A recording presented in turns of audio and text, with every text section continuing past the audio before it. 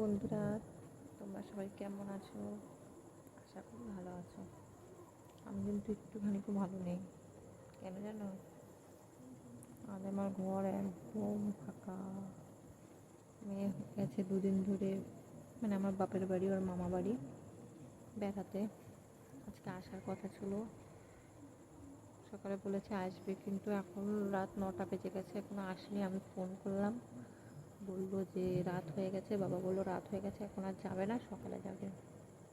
আর এই দেখো, আমার ছেলে রাত 11টার আগে ঘুমায় না, কিন্তু আজ সন্ধ্যে 7টার মধ্যে ঘুমিয়ে পড়েছে।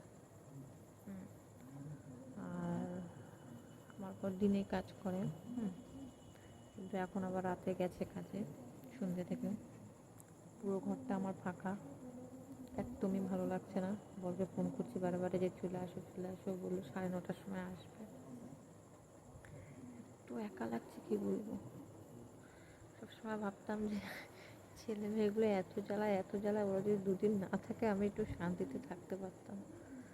কিন্তু এখন দেখছি যে না থাকলে কেমন একটা জিনিস লাগে, পুরো ফাঁকা ফাঁকা। মেয়েটা দুদিন ধরে নেই, ছেলেটাও সেমন একটা জ্বালাচ্ছে না। মেয়েটা থাকলে খুবই জ্বালায়, দুজনকে নিয়ে আমি পাগল হয়ে যাই। কিন্তু মেয়েটা নেই, ছেলেটা দেখে চুপ হয়ে গেছে, ঘুমায় পড়ে পড়ে। কী জানি কেন, ফাঁকা ঘর পায়, কোনো আওয়াজ নেই, পুরোপুরি ঘুমায়। দিনে রাতে পুরোপুরি ঘুমায়। যে ছেলে 11টার আগে ঘুমায় না, সে সন্ধ্যে 7টা দিয়ে একদম টানা ঘুমাচ্ছে, না খেয়ে না দিয়ে।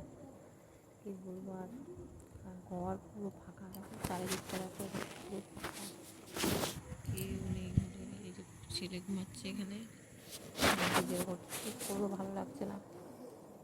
টিভি আছে ঘরে, কিন্তু টিভিটা আমার ঠিক একদমই ভালো লাগে না, মানে খুব কম দেখি। মানে আমি কী বলতো, একটু বাংলা সিনেমা টিনেমা ভালোবাসি। ওই মাঝে মাঝে ওই রাত 9টা 10টা যখন বাজে একটু দেখি, 12টা দেখি, 12টা বাজে ঘুমিয়ে পড়ি।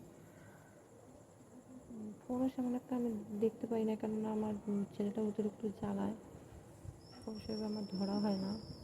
ওই মাঝে মাঝে একটুখানি যখন টাক পাই ঘুমায়, তখন ফোনটাই ব্যবহার করি। টিভির খুব একটা ভালো লাগে না। আর কী বলবো, এত একা লাগছে আজকে, কী বলবো, খুব ফাঁকা লাগছে ঘরটা। একা থাকতে ভালোবাসি, কিন্তু আমি এতটা একা হয়ে যাবো আজকে ভাবতেই পারিনি। কেমন যেন লাগছে, মনে হচ্ছে কেউ নেই আমার জীবনে। এমনি আমার কী বলো তো, ঘরের মধ্যে ধরো আমরা সবাই রয়েছে, হ্যাঁ, কেউ যদি ঘরের মধ্যে যে কোনো একদিন ঘুমিয়ে পড়ে না, আমার কেমন একটা লাগে। এটা ছোট্টবেলা থেকে যখন মায়ের কাছে থাকতাম, তখন মাও যদি ঘুমিয়ে পড়তো না, আমি ওরকম করতাম। মা ঘুমিয়ে পড়েছে, আমিও যাই মায়ের লেপের তলে গিয়ে ঘুমিয়ে পড়তাম। আমার একা, মানে আঁকা করে, মানে একা লাগে ঘরের মধ্যে কেউ ঘুমিয়ে থাকলে বা কেউ না থাকলে, খুবই একা লাগে। সেরকম ঘরে যে ছেলেটা ঘুমিয়ে পড়েছে, এখন এত একা লাগছে। মোবাইল টিপছি, ফেসবুকে ভিডিও দেখছি, ইউটিউবে ভিডিও দেখছি, কিন্তু কোনো কিছু যেন ভালো লাগছে না। মনে হচ্ছে কেমন ঘরটা ফাঁকা ফাঁকা, আমার কেউ নেই এরকম মনে হচ্ছে। তোমাদের কীরকম মনে হয় নাকি শুধু আমার, কি জানি। আমার বর যখন ঘুমিয়ে থাকে, আমি টেনে টেনে টেনে টেনে রাগাই, ওঠো ওঠো ওঠো ওঠো, 10টা 11টা বাজে তারপরে ঘুমাবো, আমি ঘুমাবো তারপরে ঘুমাবো। ঘুমিয়ে পড়লে সন্ধ্যেবেলা যদি ঘুমায় আর তো উঠবে না, আমি জানি। সন্ধ্যেবেলা ঘুমিয়ে পড়লে আমার এত একা লাগে। আর মেয়েকে বলি, মাম চ তাড়াতাড়ি খেয়ে নিই, বাবা তো ঘুমিয়ে গেছে, আমরা খেয়ে দিয়ে শুয়ে পড়ি, তাড়াতাড়ি শুয়ে পড়ি। আর মেয়ে তো কিছুতেই ঘুমাবে না, বলে না আমার রাত হয়নি, এখন খাবো না, এখন খাবো না। আমি বলি কী করবো বল, তো বাবা ঘুমিয়ে গেছে, বাই ঘুমিয়ে যাবে এক্ষুনি, তুই আমি আর খেয়ে নিই, চ ঘুমিয়ে ঘুমিয়ে পড়ি। এরকম কী বলতো, আমার ঘরে গিয়ে ঘুমিয়ে থাকলে একদমই ভালো লাগে না। দেখি, অপেক্ষা করি বর কখন আসে। বর আসলে ছেলেকে তুলবো, একটু ভাত খাইয়ে তারপর ঘুম পাড়িয়ে দেবো। রাত এখন 9টা 15।